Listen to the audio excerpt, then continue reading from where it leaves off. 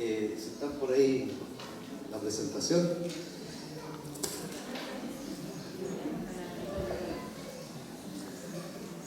El equipo multimedia ha sudado tinta china hoy día con nosotros. ¿Nuestra historia? Nuestra historia. Está en el escritorio. Ok.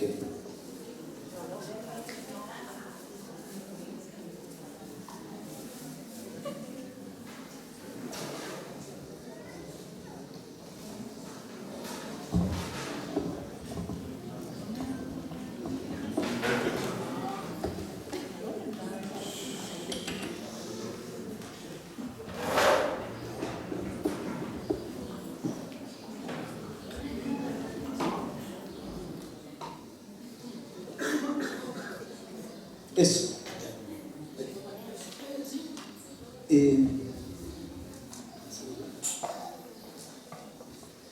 Bueno, hoy día quería compartir de esta manera, bien 18. La celebración de nuestras fiestas patrias nos da un buen atisbo de lo que es nuestra identidad. En todos los países de América Latina se celebran las fiestas patrias, los acontecimientos relacionados con la independencia de los países, y esto constituye un hito para cada uno, para cada país en general. Una de las cosas más importantes que ocurren en estas festividades, en todos los países latinoamericanos, es que estas festividades recuerdan a las personas su identidad. ¿Quiénes son ellos como habitantes de este país o de otro país? Y la verdad es que estas festividades lo que ocurren es que nos retrotraen a lo que es la esencia de nuestras tradiciones, ¿no es cierto? En Chile una tradición, ¿no es cierto?, son las empanadas, la cueca y todas estas tradiciones y costumbres que nos acercan a lo que originalmente somos. Y puede que la cultura haya cambiado mucho, pero esa es nuestra tradición. También en las familias, toda familia tiene tradiciones, toda familia tiene celebraciones especiales, toda familia tiene fechas especiales, ocasiones en las cuales se juntan a celebrar y tienen ciertas costumbres comunes que de alguna manera les dan identidad. Por ejemplo, en la familia de mi señora, que es mi familia también, hay dos citas súper importantes en el año. Uno es las vacaciones y otro es el 18 de septiembre, ¿no es cierto? Y nosotros nos juntamos todos los 18 y vamos aquí donde mi cuñado San Fernando, y vienen toda la familia, y el propósito el propósito de esa celebración es dormir apretado y comer mucho. Yo diría que a eso se reduce, digamos. Y vernos, obviamente, y conversar. También la otra celebración importante para nuestra familia es en las vacaciones. Se juntan todas las vacaciones, las 4 familias, con sus hijos respectivos, con sus cónyuges, y pasan un tiempo de vacaciones juntos. Perdón. Y en ese tiempo es un tiempo más largo, pero a la vez ocurren varias cosas. Aparte de los propósitos anteriores, que es comer y dormir apretado, ocurren varias cosas. Una de ellas es que en algún momento, siempre durante las vacaciones, nuestro suegro nos junta a todos, mi suegro nos junta a todos, a toda la familia, para que tengamos un tiempo de oración y que yo les comparta una palabra. Y ahí aprovechamos de ministrarnos unos a otros, de orarnos por otros, y han sido tiempos muy buenos en realidad. Eso no solamente nos da identidad como familia nuclear, sino que también nos recuerda que tenemos una identidad con nuestro Padre Celestial. Que eso es muy importante.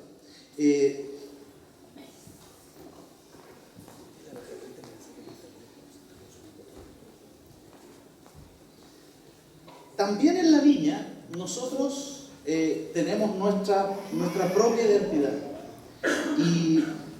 Y este año cumplimos 9 años como Viña San Bernardo. Eso demanda un aplauso más fuerte que eso. Cumplimos 9 años.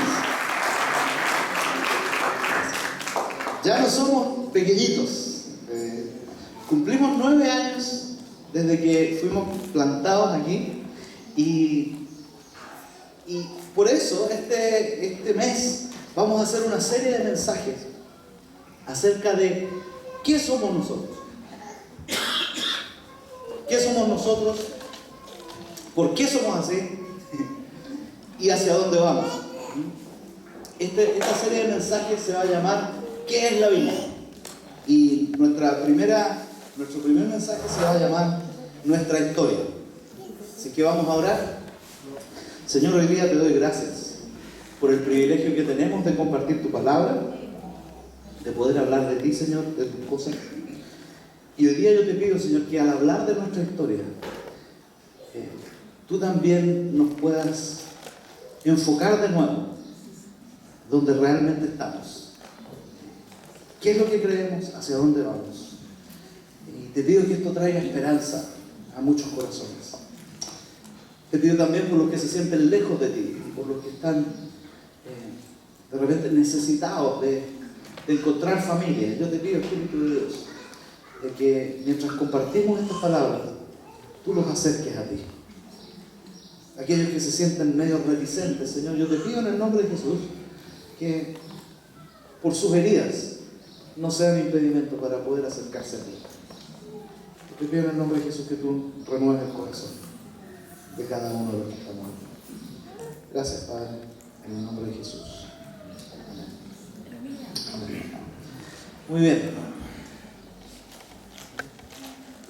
Creo que esta serie va a ser muy buena, tanto para los que están recién llegando, como para saber un poco más quiénes somos, y también para los que ya tenemos más tiempo, para recordarnos quiénes somos y hacia dónde vamos.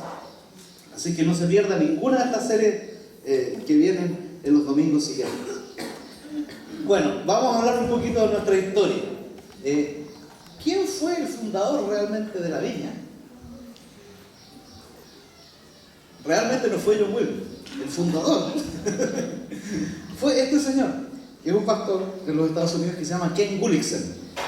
Ken Gulliksen fue el fundador de la viña en el año 75 y fundó una iglesia que después plantó otras y finalmente llegaron a ser 7 iglesias. Era un grupo de 7 iglesias hasta el año 1982. Y Ken Gulliksen fue el que le dio el nombre a la iglesia, que se llama La Viña. No tengo claro por qué nos llamamos La Viña. Dice Ken Gulliksen que Dios le regaló el nombre, pero no da muchas explicaciones al respecto.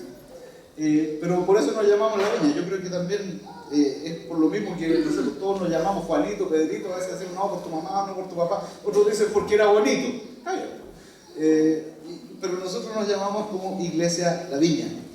Y él le dio este nombre y él la fundó. Como les decía, él fundó La Viña en el año 75. Y fueron 7 iglesias. Hasta que llegó la persona que fue clave, de alguna manera, para catapultar el movimiento de un grupo pequeño de iglesias a un verdadero movimiento, y que todos conocemos, que es John Wimber. Hoy día La Viña son más de 1500 iglesias alrededor de todo el mundo. Hay iglesias por lo menos en 68 países en el mundo de La Viña. Y John Wimber de alguna manera fue el que catapultó La Viña de ser un grupo pequeño de iglesias a ser un movimiento de iglesias. También dio mucha de la identidad de lo que La Viña es hoy día. Ahora, ¿quién era John Wimber? John Wimber era un músico adicto al alcohol y a las drogas, que se encontró con el Señor por ahí por el año 62, y Dios cambió radicalmente su vida. No tenía ningún pasado evangélico, y se convirtió en una iglesia muy tradicional en Estados Unidos que se llama los cuáqueros. No sé si han oído hablar alguna vez de los cuáqueros, pero son un movimiento bastante tradicional, bastante grande en todo el mundo. Aquí en Chile no existen mucho, pero sí alrededor del mundo. Wimber se convirtió ahí y con la pasión y el fuego de Dios que tenía, él empezó inmediatamente a formar grupos pequeños de estudio bíblico. Y llegó a formar como 500 grupos de estudio bíblico en un par de años. 2 años tenía como 500 grupos de estudio bíblico. Eso rápidamente puso la atención de mucha gente alrededor de él.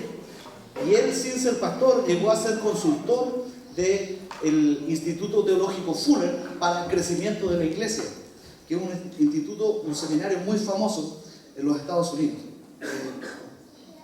Y empezó a trabajar como profesor, como académico en el Instituto Fuller. Después de un par de años, Dios le dio un par de palabras y él volvió al pastorado.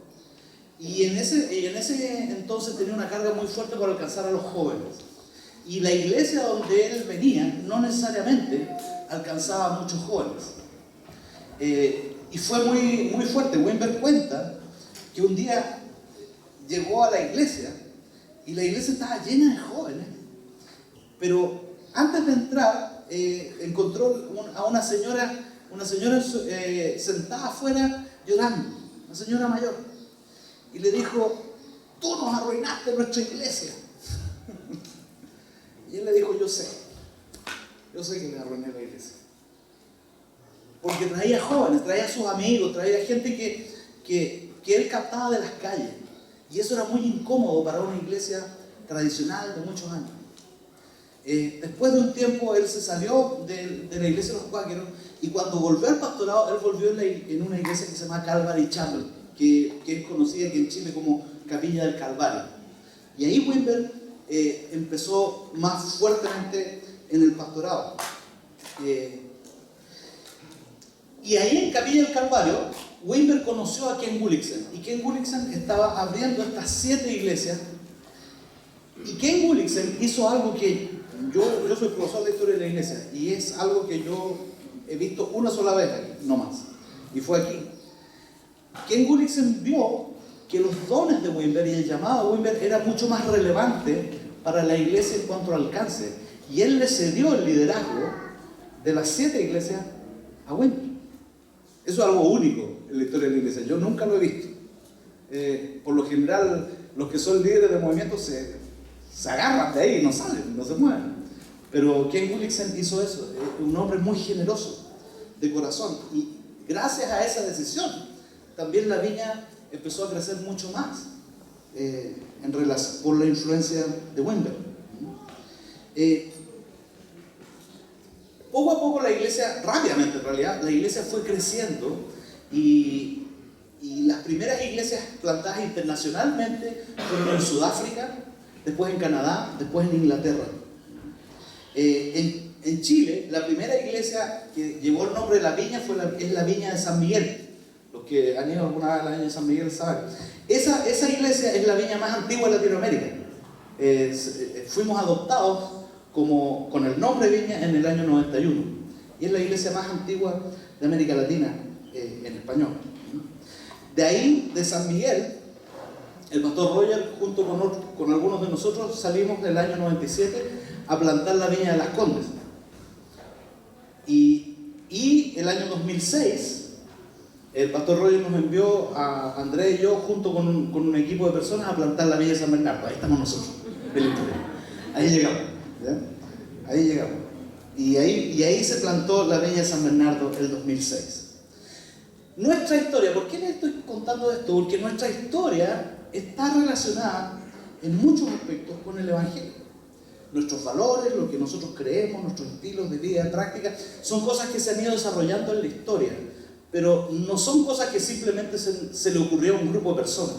Son cosas que Dios nos ha revelado en la medida que nosotros exploramos en las Escrituras y tratamos pastoralmente la vida y los temas. Se relacionan con el Evangelio, nuestros valores y el cómo vivimos el Evangelio. Por eso hoy día, una de las cosas que quiero no solamente contar la historia, sino qué lecciones hemos aprendido de nuestra historia y que las aplicamos en la iglesia. ¿Cómo lo hacemos? ¿Qué aprendemos de nuestra historia? No sacamos nada con decir, no, nosotros éramos esto, pero ¿qué aprendimos de eso? una cosa que aprendimos, número uno, es que no somos pioneros, somos herederos. La Biblia dice en Juan 1:1, lo que ha sido desde el principio, lo que hemos oído, lo que hemos visto con nuestros propios ojos, lo que hemos contemplado, lo que hemos tocado con nuestras manos, esto les anunciamos respecto al verbo que es vida. Juan escribió este evangelio, el evangelio de Juan, y esto es el primer versículo. Y cuando se escribió el evangelio de Juan, el apóstol se dio cuenta de algo muy profundo, que las revelaciones, el mensaje, no eran nada nuevo. Eran cosas que estaban escritas en las escrituras antiguas, en el Antiguo Testamento, y que Dios ya las había anticipado a sus profetas. Por eso es que Juan dice lo que hemos visto, lo que ha sido desde el principio. Desde el principio. Y ahora nosotros lo tocamos, lo vemos. Eso es lo que les anunciamos. No les anunciamos nada nuevo. Les anunciamos lo que ha sido desde el principio. Y para nosotros es así. Nuestro ser de iglesia no es nada nuevo. Siempre ha estado en la Escritura. Hay algo que ocurre con cada movimiento nuevo, con cada avivamiento en la iglesia. Ocurre esto, que un nuevo movimiento lo que hace es rescatar algo de la Escritura que la iglesia ha perdido o ha olvidado. Y eso ha pasado con la viña, eso pasó con el movimiento pentecostal a principios del siglo XX, pasó con el movimiento carismático a mediados de los 60, pasó con el movimiento de Jesús a fines de los 60 y pasó con la viña también a mediados de los 70, principios de los 80. Rescatar cosas que la iglesia ha perdido y ponerlas en relevancia. Una de las cosas que de alguna manera ocurrieron cuando Wimber y la viña estaban surgiendo es que la iglesia en general estaba muy fuerte el ministerio y el avivamiento, que se llamaba el avivamiento carismático, pero había descuidado mucho a los jóvenes. En general las iglesias se estaban comportando como iglesias de adultos, ¿no? Los jóvenes no entraban. En ese tiempo, recuerden, a fines de los 60, los jóvenes eran hippies, ¿no es cierto? Tenían pelo largo, no se bañaban, andaban a patabelar, convivían, usaban drogas.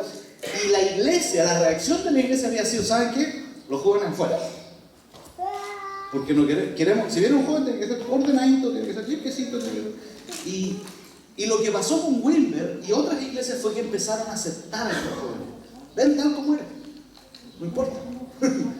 Aquí que Dios te toque, que Dios te cambie, pero ven tal como eres. Empezaron a dejar de poner trabas para que los jóvenes entren. Y segundo, por lo mismo, es que creció una iglesia con un estilo mucho más informal. Eso fue pionero, pero en realidad eso siempre ha estado. En las Escrituras Jesús nunca le pidió a nadie que haga tal o cual cosa para que lo siga. Lo recibió tal cual eran. A los fariseos les dijo, mira, tú tienes que hacer esto. Los confrontó con su propio pecado, pero en realidad a la gente que quería seguirlo de veras, lo recibía tal como era. Nada más. Desde Génesis vemos el poder de Dios moverse entre los seres humanos. Y la iglesia en ese tiempo, a pesar de que no tenía jóvenes, sí estaba descubriendo de nuevo el poder del Espíritu Santo. Y desde Génesis vemos a Dios moverse entre seres humanos. No es una fe racional, no es una fe solamente de pensar, es Dios moviéndose, entre nosotros. En la historia de la iglesia hay momentos en los cuales parece estar con más fuerza o con menos fuerza, pero siempre está. Las manifestaciones del poder de Dios, del Espíritu Santo, los dones sobrenaturales, han sido siempre y hoy están presentes para nosotros. Eso requiere un amén más fuerte. Los grandes movimientos de Dios a través de la historia comienzan por rescatar algunas verdades que son perdidas. Y la viña no es una excepción de eso. ¿Cómo surgió esto del Espíritu Santo en la viña? día, mientras estaba en Capilla del Calvario, invitó un día a predicar a este joven que se llama Lonnie Frisbee. Era un hippie y era un predicador de la calle, y mucha gente se había convertido con él. Sin embargo, él le tenía como un poco de temor, porque en sus reuniones ocurrían cosas medias raras. La gente hablaba en lengua, la gente gritaba, la gente se caía, y en la iglesia donde él estaba eso no era muy permitido, en realidad. Pero un día terminó de predicar un domingo y Lonnie estaba sentado en la iglesia, y Wimber sintió así de corazón, sintió que el Señor le decía: invítalo a predicar en la tarde. Y se acercó y le dijo: Lonnie, te invito, ven a predicar hoy en la tarde. Y dice que él como cabro chico con juguete nuevo, así, ¡cha! Listo, perfecto, ni un problema. Él pensó, ¿no?, que le iba a decir: no, tengo un compromiso, nada, no, el tiro no. Y fue súper importante, porque resulta que después, una vez que lo invitó, pasó toda la tarde preocupado, así: ¿qué hice? ¿Para qué lo invité a este tipo? Súper ansioso. Llegó a la iglesia, volvió en la tarde, y cuando volvió en la tarde, ya este joven Lonnie estaba como con su Biblia, listo para predicar, y todavía no llegaba nadie a la iglesia. Entonces, él llegó la gente, ya tuvieron un tiempo de adoración. Él trató de que la adoración fuera más larga para que predique poquito el otro día. Y finalmente le pasó el micrófono y Lonnie empezó a hablar. Y habló algo y él dijo: ¿para qué estaba preocupado? En realidad el tipo era muy divertido, hablaba acerca de cosas que estaban en la Biblia, y dije: ¿para qué estaba preocupado? Ya, termina de predicar y le pasa el micrófono a Wimber, se lo entrega, y antes de que se lo entregue le dice: ¿sabes qué? Una cosa más. ¿Saben qué? Yo siento al Señor decirle que ustedes han contristado al Espíritu Santo, pero ahora lo está superando, dice. Así que voy a orar y voy a pedir al Espíritu Santo que venga. Y dijo, y usó esta frase famosa que nosotros usamos hasta el día de hoy en la viña: ven, Espíritu Santo. Y el Espíritu Santo cayó así con un poder tremendo dentro de la iglesia. La gente empezó a clamar, la gente se empezó a caer sin que nadie orara por ellos. Y hizo un llamado y dijo: todos los jóvenes de 25 años para atrás, vengan aquí adelante, Dios los quiere tocar. Y Wimber decía: ese era el 80% de la iglesia. Y pasaron todos, y ahí empezó a derramarse el poder de Dios una y otra vez sobre estos jóvenes. La reunión duró como 3 horas. Wimber cuenta que uno de los jóvenes que estaba adelante se cayó encima del púlpito, y el micrófono cayó al lado de él y le cayó justo en la boca. Y el joven empezó a hablar en lengua, así, y empezó a hablar en lengua, y hablaba en lengua con el micrófono. Él botaba y empezaba y hablaba, pero dijo que fue como media hora el tipo hablando en lengua con el micrófono. Fue increíble, dice que fue una reunión increíble, y de repente vio a algunos atrás agarrar su Biblia y partir. Dice: desde ese día nunca más lo volví a ver, algunos. Y después quedó preocupado. ¿Sabe, Señor, qué pasó? O sea, ¿qué hice? Yo no esperaba esto, yo no quería esto. Y empezó a orar. Y empezó esa noche, dice que no durmió. Y estuvo toda la noche leyendo algunos libros de historia que él tenía. Y empezó a ver, primero en la Biblia. ¿Dónde sale en la Biblia esto de bla, bla, bla, bla? ¿Dónde sale esto de caerse? ¿Dónde sale? Y es como que no aparecía. No aparecía esto de andar como borracho, no aparecía esto de aullar, no aparecía nada de eso. Pero empezó a leer en la historia, por ejemplo, en los avivamientos de Wesley, estas cosas ocurrieron fuertemente. En los avivamientos de George Whitefield aparecían estas cosas. Whitefield se paraba en la calle y hablaba, y la gente, mientras iba pasando, el poder de Dios los tocaba y caían al suelo. Charles Finney entraba a fábricas, entraba a industrias donde había operarios trabajando, y simplemente por la presencia de Dios la gente empezaba a llorar y a quebrantarse y a caer.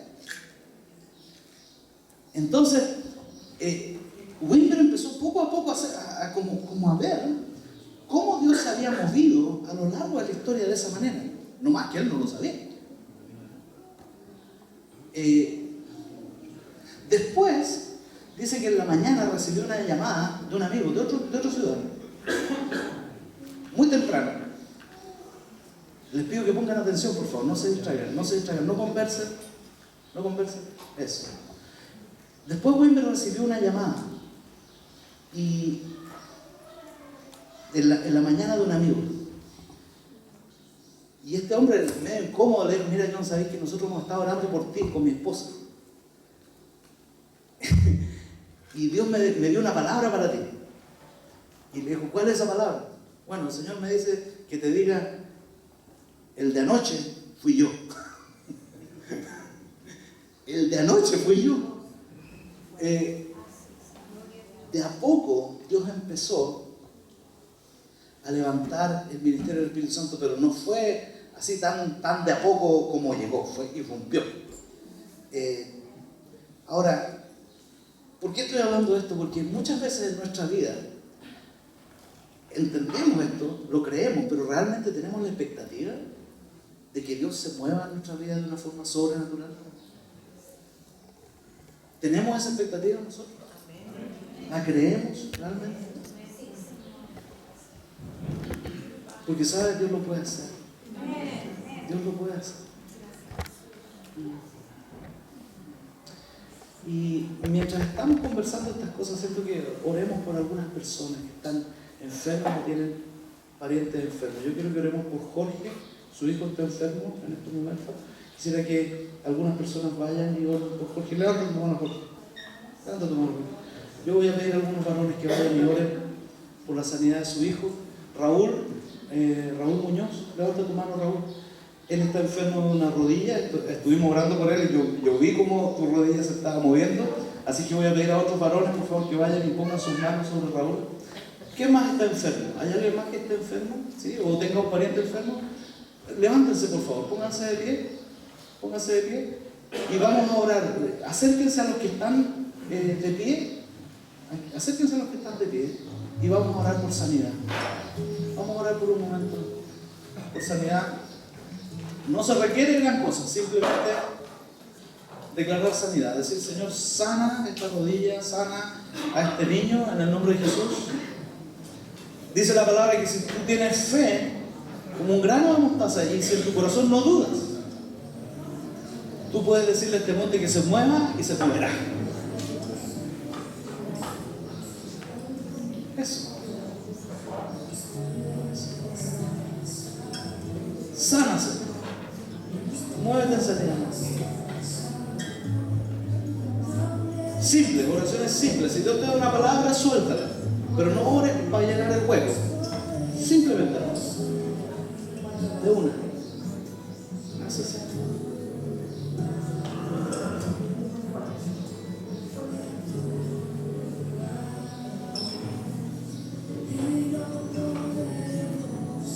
Este es el momento, Espíritu de Dios. Muévete.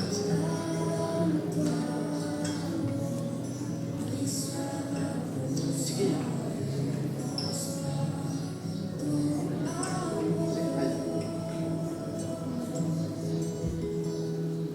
Dile.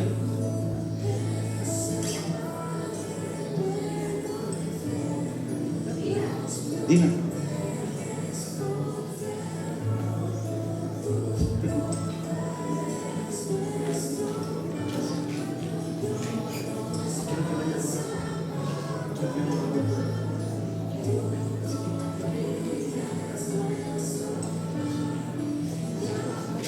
Muévete, Espíritu de Dios.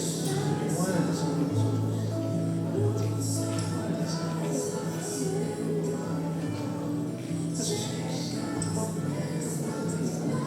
Gracias. Eso.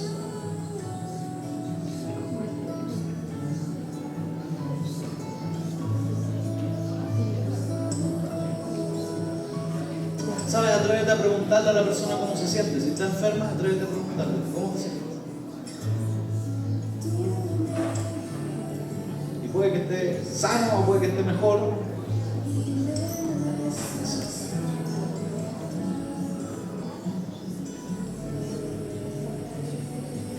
¿Cómo te sientes ahora? ¿Estás mejor? Sí.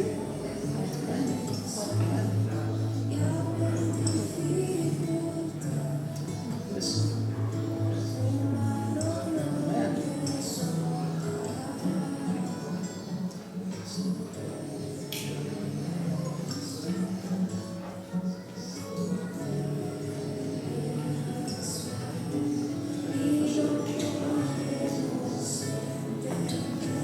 Declaramos sanidad sobre los enfermos, sobre los que no están aquí, Señor, en el nombre de Jesús. En el nombre de Jesús.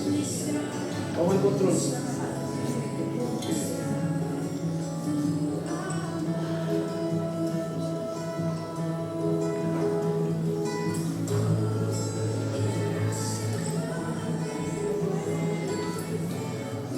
Vamos a seguir compartiendo, no se preocupen.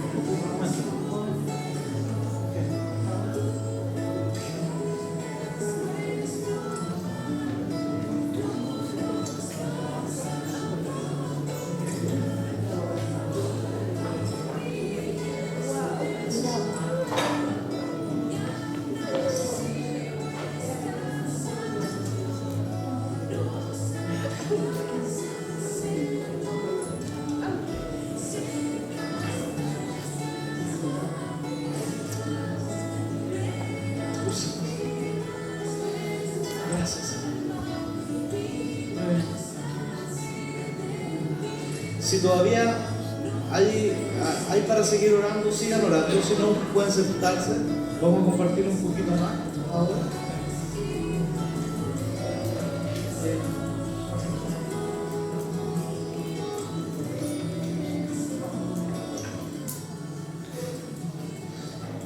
No deje de orar si lo está haciendo. Los demás pongan atención, por favor, acá. Hablamos acerca del poder del Espíritu Santo. Lo otro también, en relación a lo que estamos haciendo como Viña San Bernardo de esto, y que tiene que ver con cuidar de los pobres. También es algo que siempre ha estado en la Biblia, no es nuevo, no es nada nuevo. Los Hechos de los Apóstoles muestran que tanto el poder de Dios como el cuidado de los pobres eran dos constantes en la iglesia. El cuidado por los menos afortunados, por los que estaban pasando por problemas, por tragedias. Vemos al Espíritu moverse poderosamente en el libro de los Hechos, pero a la vez vemos personas, iglesias completas que se movían por misericordia y por amar a los que tenían menos. Por ejemplo, en Hechos 6 básicamente habla acerca de que Dios levantó por su Espíritu a un grupo de personas que sirvieran a las mesas. ¿Para qué? Para atender a las viudas. Las viudas no tenían cómo comer y algunos estaban reclamando de que había personas que estaban siendo desatendidas. O sea, de una situación de alimentación de los pobres, de misericordia, surgió todo este ministerio que en las iglesias tradicionales se conoce como diáconos. Los diáconos no eran los que dirigían la iglesia, eran los que servían a los pobres. Es lo que ocurrió. Ahí está en Hechos 6 del 1 al 4, no lo voy a leer completo. También Hechos 9:36 habla de una mujer que se llamaba Tabita, que traducido es Dorcas, y dice que era una discípula que se esmeraba en hacer buenas obras y en ayudar a los pobres. Romanos 15, San Pablo hablando y dice: por ahora voy a Jerusalén para llevar ayuda a los hermanos, ya que Macedonia y Acaya tuvieron bien hacer una colecta para los hermanos pobres de Jerusalén. Lo hicieron de buena voluntad, aunque en realidad era su obligación hacerlo, porque si los gentiles han participado de las bendiciones espirituales de los judíos, están en deuda con ellos para servirles con bendiciones materiales. ¿Se dan cuenta? Pablo se movieron varias iglesias para hacer una colecta para bendecir a los pobres. Y dice, no es una opción, no es una opción, es nuestra obligación bendecir a los pobres. Y aquí en estas dos cosas, en el poder del Espíritu y en el bendecir a los pobres, se resumen los dos mandamientos principales de la Escritura, ¿no es cierto? ¿Cuál es el primer mandamiento? Amarás al Señor tu Dios con todo tu corazón, con toda tu mente, con todas tus fuerzas. Y el segundo, amarás ¿a quién? A tu prójimo, como a ti mismo. Y esta es la labor de la iglesia. Nunca ha sido distinto. Experimentar el poder de Dios y bendecir a los pobres. Eso no es algo nuevo. ¿Ok?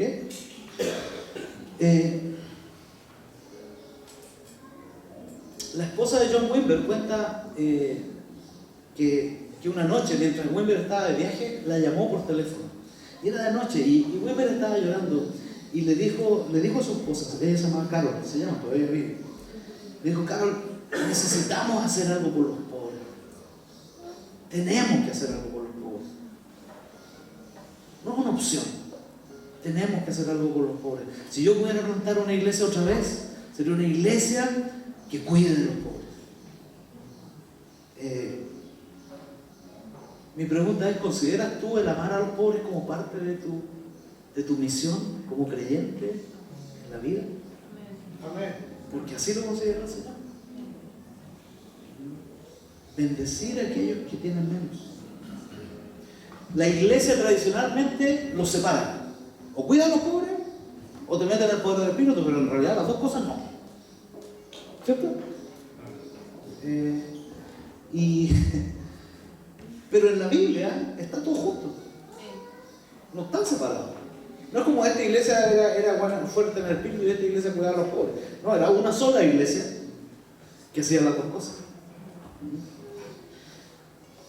Nosotros hemos hecho misericordia desde que empezamos aquí en la Viña San Bernardo y en el último año establecimos una fundación para hacerlo y que nos ayude a canalizar algunos esfuerzos sociales, porque no es solamente una cosa institucional de una iglesia, sino que tú y yo es parte de nuestra misión, cuidar a los pobres.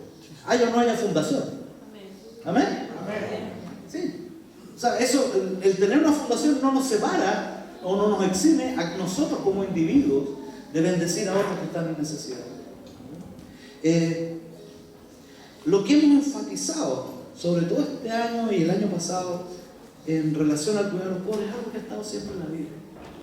No es nuevo. ¿Por qué digo esto? Porque quizás puede que algunos secretamente, así, calladitos, pensarán: ¿no estarán perdiendo la visión esta gente? ¿No se estará transformando esta iglesia en una ONG? Si el pastor lo veo así como que en medio de izquierda, tiene cara de guerrillero. No. ¿Saben qué? Esto ha estado siempre en la palabra. Que nosotros no lo hayamos descubierto es otra cosa, pero siempre ha estado en la palabra y necesitamos hacerlo. Amén. Amén. No es que en un tiempo más voy a pedirles que me llamen compañero Javier, ni comandante, ¿verdad? Amén. Muy bien.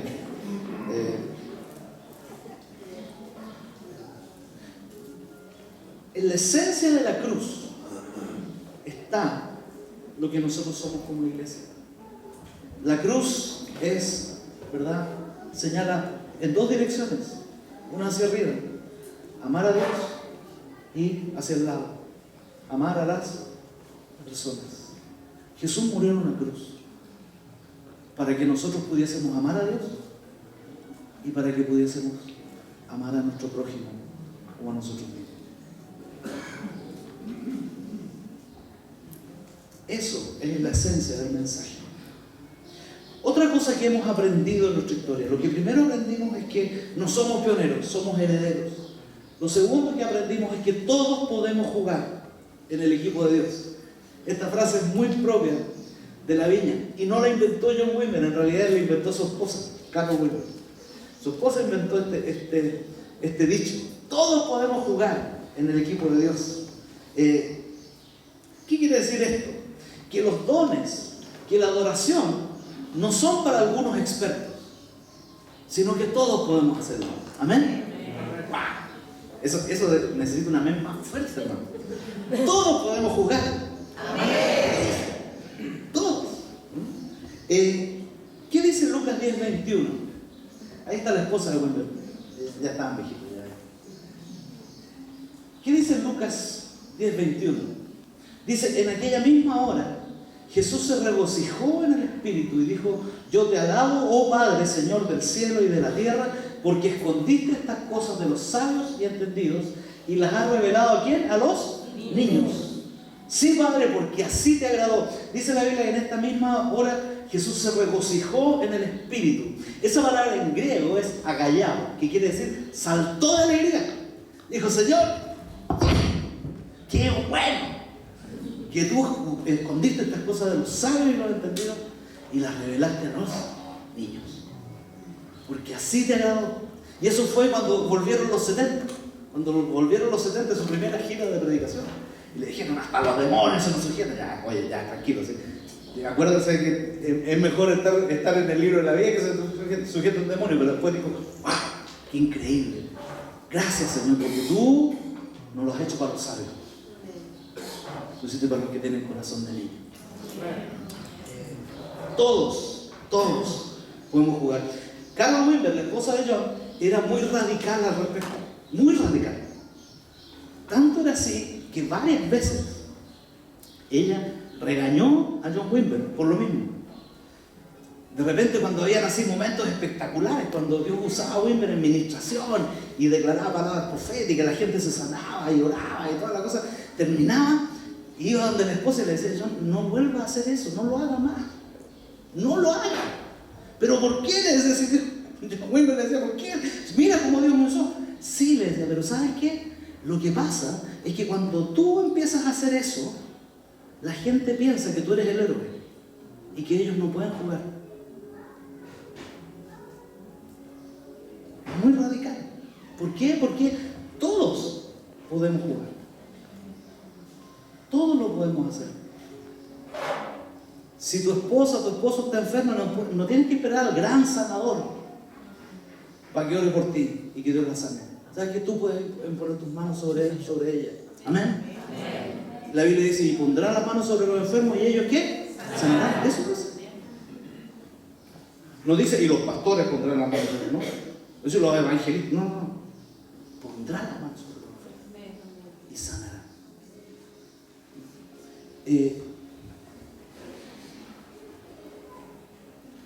Los dones del Espíritu no son necesariamente para los más preparados, no son necesariamente para los más maduros.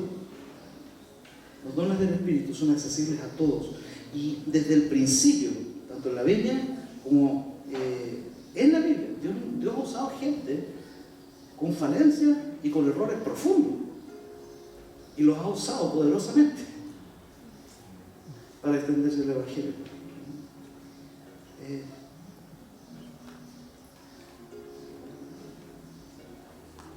¿Qué quería hacer Wimber con todo esto de que todos pueden jugar? Primero, que no tienes que tener un cargo en la iglesia para que Dios te use. Esa palabra es muy evangélica, un cargo. Cuando nosotros decimos, como lo hicimos ahora, pon tu mano sobre el que está al lado y ora por él. O sea, lo que estamos diciendo, ¿sabes qué? Tú lo puedes hacer. Tú lo puedes hacer. Dios te puede usar a ti. Por eso también hacemos ministrar a los jóvenes y a los niños. Porque Dios puede usar a cualquiera. Todos pueden jugar. También determina nuestro enfoque en la adoración en la iglesia. Nuestra música no es muy complicada. No es como de gran factura la música de la Biblia. Es muy simple. ¿Saben por qué? Porque todos juegan. Tanto el que sabe 2, 3, 4 acordes como el gran cantante, todos pueden jugar. Amén. Todos pueden adorar. Las canciones son muy sencillas. ¿Para qué? Para que todos puedan cantar. No tienen mucha letra, no tienen grandes giros melódicos. ¿Por qué? Porque son simples. ¿Para qué? Para que todos podamos adorar. Y eso no es nuevo en la iglesia. No es nada nuevo en realidad. ¿Saben? Durante la Reforma, antes de la Reforma, había una forma de canto que se llamaba el canto gregoriano, que solamente lo cantaban los sacerdotes. Y la gente entraba y se escuchaba algo así como... Oh, oh, oh, oh, oh. Y la gente entraba así como... Oh, oh, oh. ¿Y saben qué? Lutero, cuando vino, dijo, entonces, para empezar, era en latín la canción. Segundo, súper difícil de cantar. Y Lutero lo que hizo fue, dijo, ¿sabes qué? Vamos a agarrar los cantos que hay en la calle y los vamos a traducir al alemán. Y vamos a ponerle el hecho de himno y eso vamos a cantar.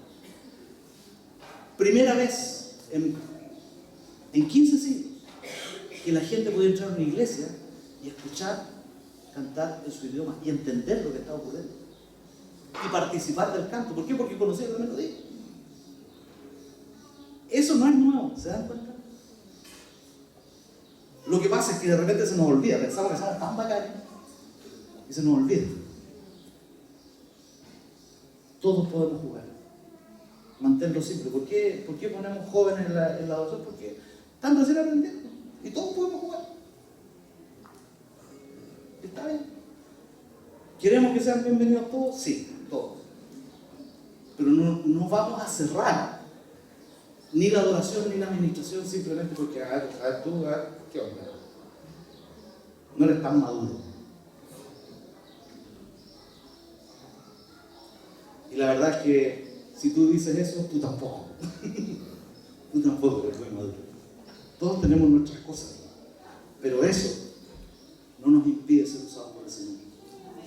Tú dirás, pero no, yo no canto. Quizás no vas a venir a cantar a una banda aquí, pero la música nuestra está hecha para que, aunque no cantes ni en la ducha, tú puedas adorar así. Cuando nosotros venimos aquí y cantamos, Dios quiere escuchar tu adoración. No quiere escuchar solamente la mía ni la de la banda, quiere escuchar la tuya. Por eso es que lo hacemos simple, y lo queremos seguir haciendo simple.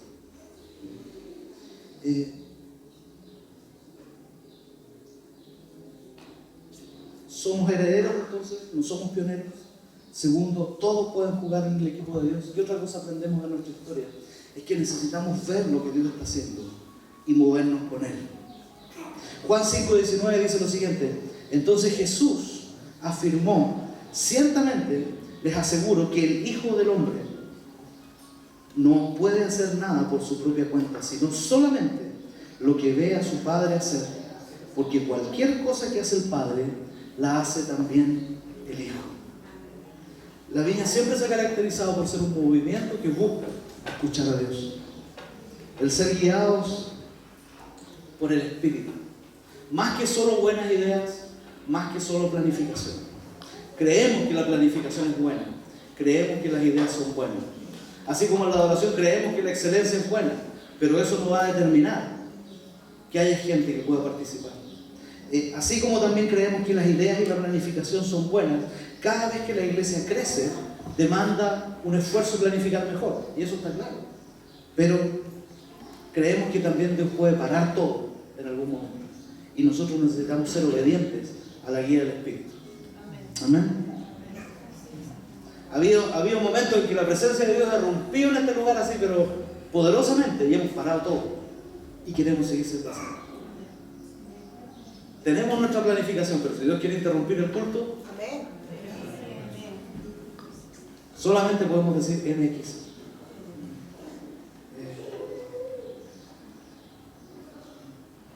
A veces he venido súper preparado a predicar mi mensaje y de repente Dios me cambia la pelota en el aire. Me dice, no, yo no quiero que hables tu mensaje, yo quiero que hables mi mensaje. y he tenido que obedecer. Y yo creo que nosotros necesitamos ser una iglesia obediente en ese aspecto. Necesitamos oír las instrucciones del Espíritu de Dios. Entonces, ¿qué hemos aprendido de nuestra historia? Una, que somos herederos, que no somos pioneros, que todos pueden jugar en el equipo de Dios, que necesitamos ver lo que Dios está haciendo y movernos con Él. ¿Qué otra cosa más hemos aprendido? Que tenemos un estilo casual a propósito. Un estilo casual a propósito. ¿Qué dice Lucas 18, del 15 al 16? Dice, también le llevaban niños pequeños a Jesús para que los tocaran. Al ver esto, los discípulos reprendían a quienes los llevaban. Pero Jesús llamó a los niños y les dijo, dejen que los niños vengan a mí y no se lo impidan, porque el reino de Dios es de quienes son como ellos. Les aseguro que el que no recibe el reino de Dios como un niño, de ninguna manera, entrará en él. Jesús no solamente amó a los niños, no solamente tuvo un estilo informal, sino que además transgredió convenciones religiosas muy firmes de la época. ¿Se acuerdan del Lucas 7? Quizás no lo vamos a leer entero, pero en Lucas 7, cuando se acercó esta mujer a ungir los pies del Señor con su perfume mientras estaba cenando en la casa de un prominente líder religioso, Jesús, ella se acercó y empezó a ungir los pies de Jesús con una colonia, con un perfume, y dice que empezó a besar sus pies. ¿Y qué es lo que pensó el dueño de casa? Ah, si este fuera profeta, sabría que la que lo está tocando es una mujer de mala vida. De mala vida. ¿Cómo si es profeta y no cacha? Eso lo dice en el griego. Pero palabras más, palabras menos, eso es lo que dice. Y Jesús le dijo, Simón, creo que se llama, Simón, le dijo, Simón, tengo que decirte una cosa. Mira, de que llegué, tú no me pusiste nada ni para lavarme las manos ni los pies antes de comer, y esta mujer lo que ha hecho ha sido lavar mis pies, besar mis pies, todo el rato mientras hemos estado haciendo. Y él sabía, pero se dejó tocar. ¿Se acuerdan cuando bajaron al paralítico mientras el Señor estaba predicando? Yo me pregunto, ¿cómo reaccionaría yo si pasara eso? Yo estoy predicando aquí y de repente siento... y que de repente baje una camilla y dice, ¿quién me venía a interrumpir el culto aquí? Pero el Señor lo dejó. Lo dejó.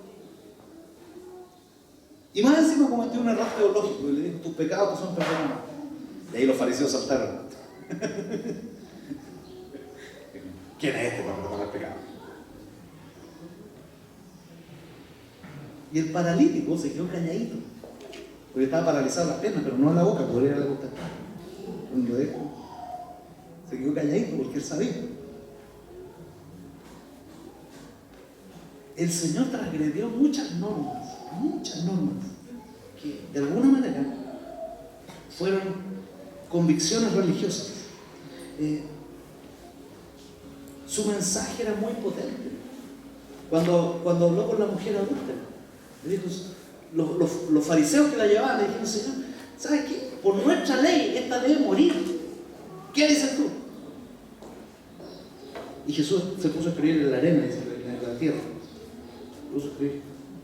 Gracias a Dios no sabemos lo que escribió en la tierra, porque habría otra denominación más acerca de lo que Jesús escribió en la tierra. Pero estaba escribiendo en la tierra y de repente los miró a todos y le dijo, ¿saben qué? El que esté libre de pecado, ¿qué? Tiene la primera ley. Y el más viejo miró a los otros y le dijo, eso me deja fuera a mí. Se dio media vuelta y se fue. Y de a uno se fueron yendo todos. Y cuando no quedó nadie, le dijo a la mujer, ¿dónde están los que te condenan? Y ella le dijo, se fueron, Señor. Y le dijo, ¿sabes? Yo tampoco te condeno.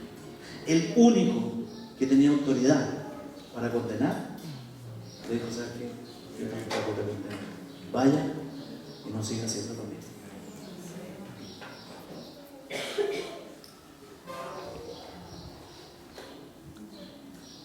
¿Cuál es ese mensaje?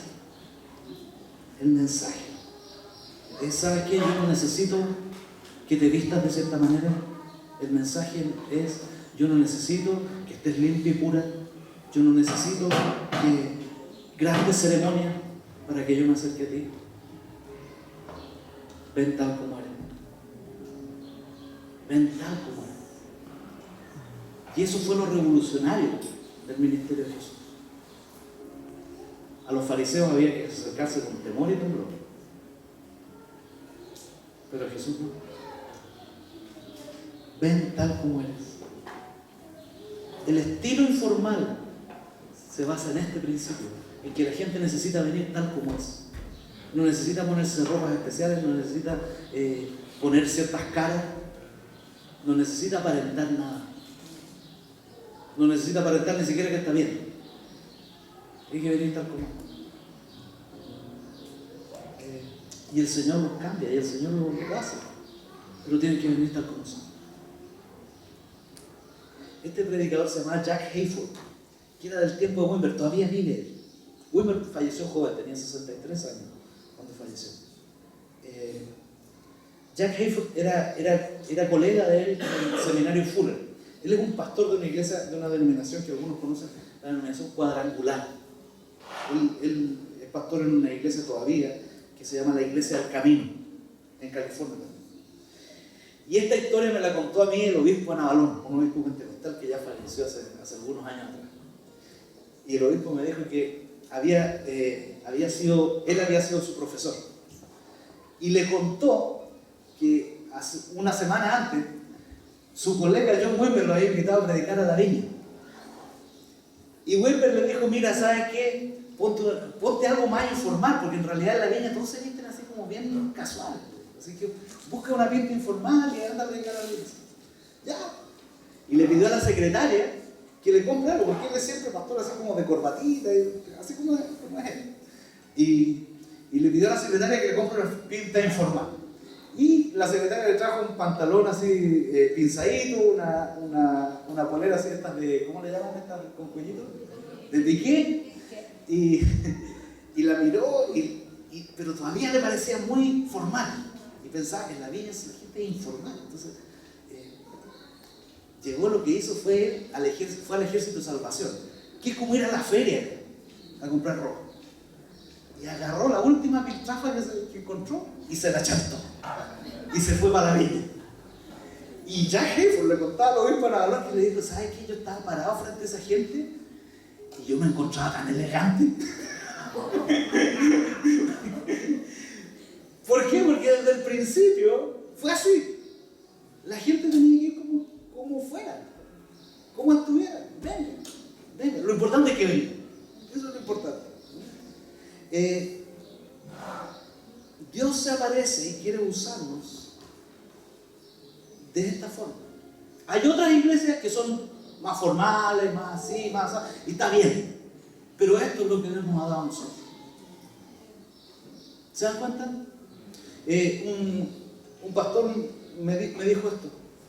Es como cuando uno va a comprar helado. Esto de las iglesias es como cuando uno va a comprar helado. Usted mira y hay sabor de menta, sabor de frutilla, sabor de chocolate, sabor de vainilla, sabor de esto, sabor de lo otro. Usted escoge. Lo importante es que coman helado. Y así son las iglesias. Las iglesias, gracias a Dios, tenemos libertad de culto en nuestro país. Y todavía puedes elegir a qué iglesia venir o a qué iglesia no venir. Este es el sabor que Dios nos ha dado. Y si te gusta, quédate. Si no te gusta, hay otras iglesias que pueden tener otros sabores que te gustan. Pero en realidad, esto es lo que Dios nos ha dado a nosotros. ¿Qué significa también esto del estilo informal? Que Dios no necesariamente nos habla Reina Valera 60. O sea, para profetizar no tengo que decir, he aquí el Cordero que vive inmolado, te dice a ti. No tenemos que ser así. Podemos ser súper directos. Si Dios te revela algo, sé súper directo, súper al hueso. Y Dios nos habla de maneras que no necesariamente son muy ortodoxas en realidad. Cuando nosotros recién plantamos la iglesia, creo que llevamos 2 años, la Cristina, que está aquí presente, me llamó desesperada porque su yerno se estaba muriendo, había tenido una enfermedad que se llama mediastinitis. No sé si la conocen, pero es una enfermedad mortal. De repente le había venido de un resfrío mal cuidado y estaba en el hospital del Pino. Y yo le dije, Cristina, yo lo voy a ir a ver. Y colgué y antes de ir fui al baño. ¿Y cuántos varones les gusta leer en el baño? Fariseo. No, le dan al celular ahora en el baño. A mí me gusta leer en el baño.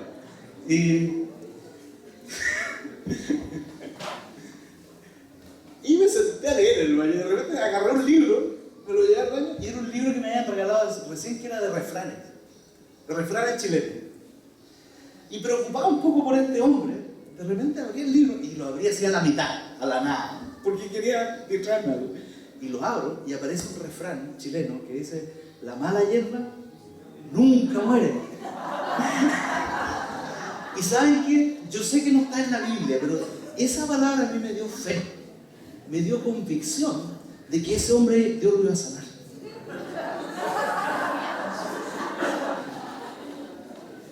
Usted dirá, después de esto, que si no lo veo no se preocupe, está bien, no hay problema. Pero en realidad Dios me habló así a mí. Y yo fui convencido de que Dios me iba a sanar. Llegué al hospital, un hombre grande, así, grandote, así como el martillo, un tipo grande, así, tirado así, lleno de tubos, inconsciente. Era impresionante verlo en realidad. Y la enfermera me dijo, detrás de la línea. Ok, detrás de la línea. Y yo traía aceite y le agarré el dedo gordo del pie y lo ungí. Y después le dije, Roberto, ¿sabes qué? Soy el pastor Javier y vengo a decirte que estamos orando por ti y creemos que Dios te va a sanar y que tú vas a volver a ver a tu esposa y a tus hijos. ¿Sabes qué? El hombre abrió los ojos, se sentó, levantó las manos así, la enfermera estaba poniendo un suero y de repente se cayó así, se impresionó, dijo, ¿qué está pasando? Y se volvió a acostar. A los 15 días, ese hombre que estaba a punto de morir estaba de vuelta en su casa con sus hijos. Dígame lo que me diga, pero Dios sanó a su hombre. Eso es como la fe del ciego. ¿Se acuerdan de la fe del ciego? Mire, no tengo idea quién me sanó, pero yo algo sí sé. Yo era ciego y ahora veo. El Señor lo hace. No lo haces tú, no lo hago yo. No es la oración correcta, no es que ¿qué tengo que decir? No es cuán ungido tengo que estar. ¿Sabes que yo venía saliendo del baño, hermano? Me ha tocado hacer liberación después de bailar zumba. Dios te puede usar cuando quieras. ¿Sí o no? Y Dios lo puede usar, hacer así contigo. Puedes estar cocinando, revolviendo la olla y puedes orar por alguien y esa persona puede ser sanada. No tiene que, no, espéreme que yo me tengo que preparar. No. Cuando Dios quiere hacer algo, lo hace. Lo importante es que tú y yo estemos dispuestos a participar de lo que Él está haciendo. Ya.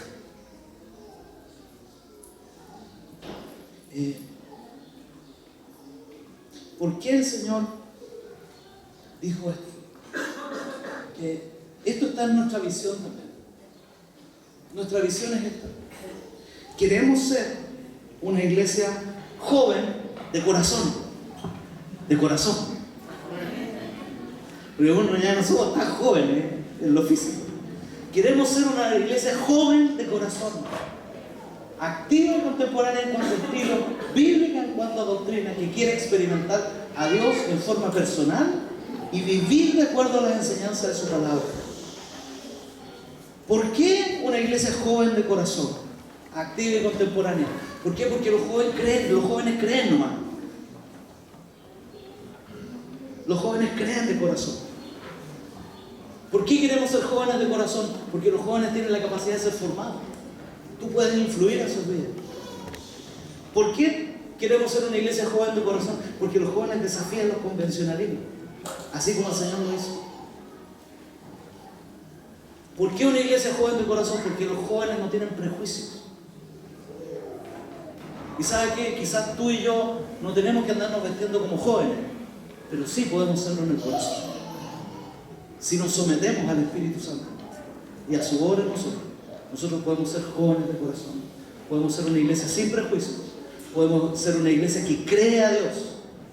Podemos ser una iglesia que no solamente cree a Dios, sino que es moldeable.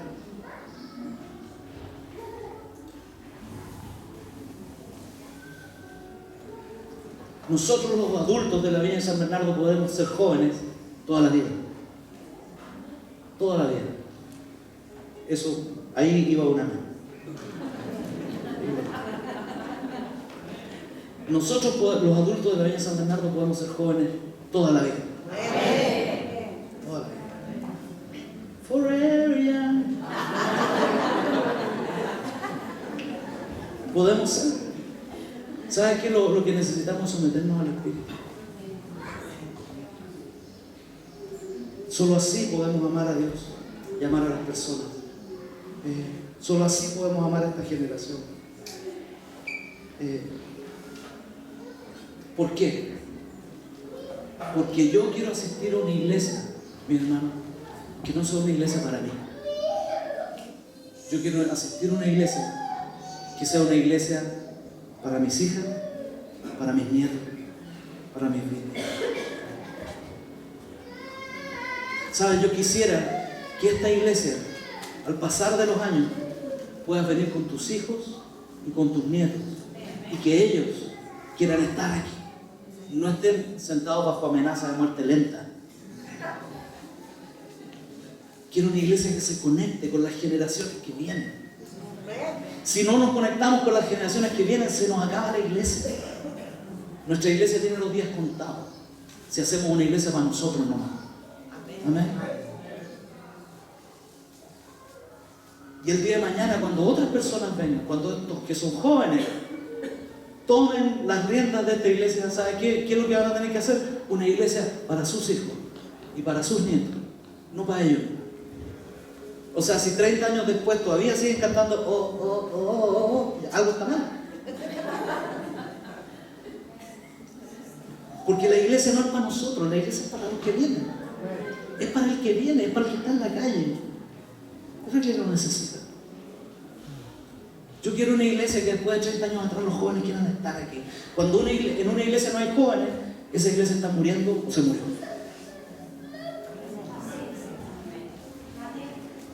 Así no. Porque la iglesia no está pensando en otro, está pensando en sí mismo. Quizás en 20 años más no me guste la música que canta. Ya no me gustan algunas cosas, pero bueno.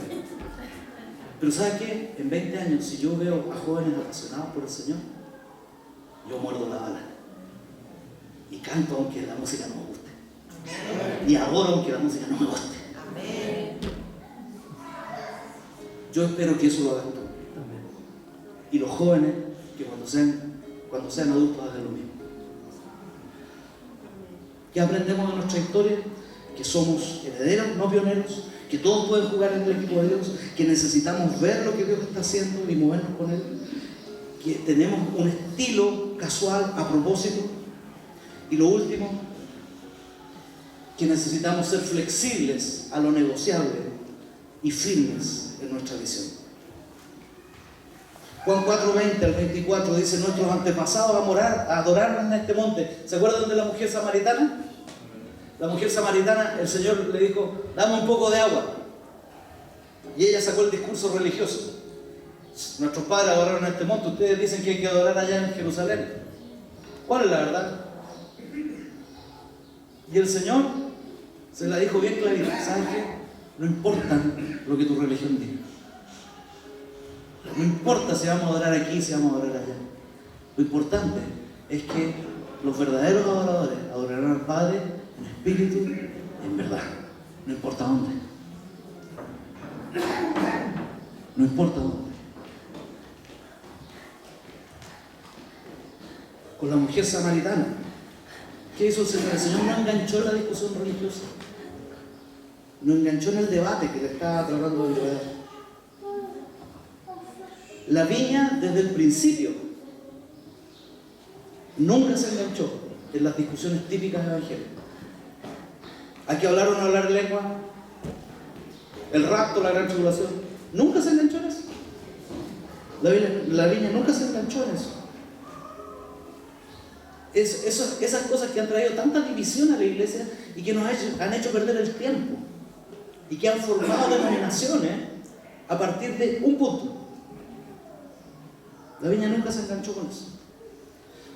¿Por qué? Porque en realidad no se trata de confrontarnos unos a otros. Se trata de confrontar al diablo y de quitarle terreno al diablo. Amén. John Wimber dijo esto. Dijo: estamos en una guerra declarada, pero a menos que tengamos claro quién es nuestro enemigo, perderemos el tiempo peleando contra enemigos que no son el verdadero enemigo. Existe solo un enemigo. Y sin importar lo que las personas hagan, digan o cómo reaccionen, las personas nunca son el verdadero enemigo. El enemigo es el enemigo. Dile a tu esposo o a tu esposa ahí al lado: tú no eres el enemigo. El enemigo es el enemigo. Dile al que está a tu lado: tú no eres el enemigo. Mi amor, usted no es el enemigo, dígale. El enemigo es el enemigo. Por lo tanto, no enganchen en discusiones religiosas. En el tiempo de Wimber, mucha gente trataba de aventurar cuándo Cristo iba a volver. Y se mandaban todas fechas. Tal fecha Cristo iba a volver. Wimber nunca se enganchó con eso. Nunca se enganchó con eso. Lo importante es lo que estamos haciendo. ¿Cuál es la visión? Evangelizar. Amar a Dios, amar al prójimo, hacer las obras del reino de Dios, sanar a los enfermos, echar fuera demonios. Esa es la obra. Eso es lo que tenemos que hacer. Y cuando Cristo venga, cuando quiera venir, como quiera venir, que te pille haciendo eso. ¿Cómo venga? Su problema. Él sabrá, Él es Dios, yo no. Lo importante es que el Señor cuando vuelva te encuentre haciendo su obra. Y su obra es amar al Señor, amar al prójimo. El reino de Dios, predicar el Evangelio, echar fuera demonios, sanar a los enfermos. Eso es la esencia del mensaje del Evangelio. Que el Señor nos pille a ti y a mí haciendo su obra. Cuando quiera que venga. Amén. Pónganse de pie, vamos a orar.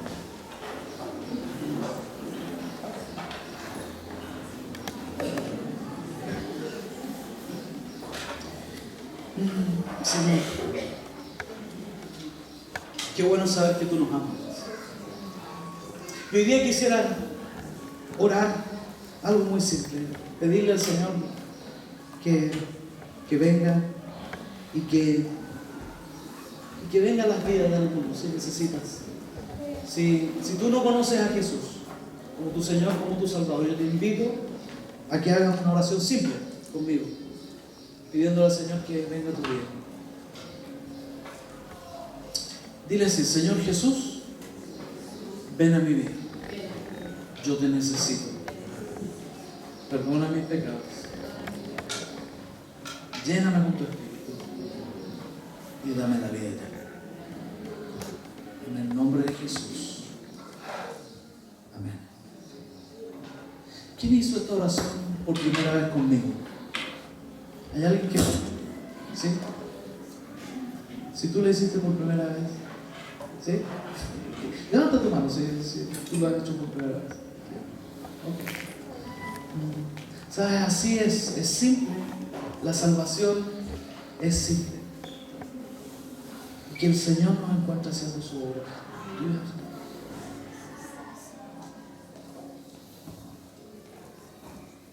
Mariela en el retiro este fin de semana nos compartió de que Dios le repitió algo que la dejó impactada, y lo escuchó. Es tan fácil amarme, ¿no sé qué se decía? Es muy fácil amarme, es muy fácil amarme. Y le repetía eso: es muy fácil amarme. ¿Saben qué es ser cristiano? Seguir a Jesús es más fácil de lo que tú crees. Lo que pasa es que los cristianos históricamente lo hemos hecho complicado. Es muy fácil amarlo. Él es bueno, yo no. Él te ama y yo estoy tratando de amar. De eso se trata. Ninguno de nosotros lo tiene resuelto, ninguno de nosotros lo sabe hacer. Pero Dios quiere ayudarte. El Espíritu Santo está para ayudarte y para enseñarte lo que todavía no sabes. Es muy fácil amar. Es muy fácil amar.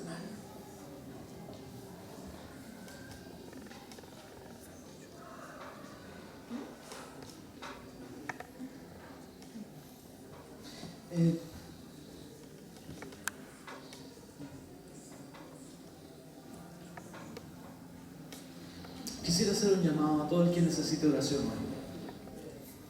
Si tú hoy día te sientes un poco lejos del Señor y quieres simplemente conectarte más con Él, si estás enfermo, o simplemente quieres venir a adorar un momento con nosotros, yo te voy a pedir que vengas aquí a...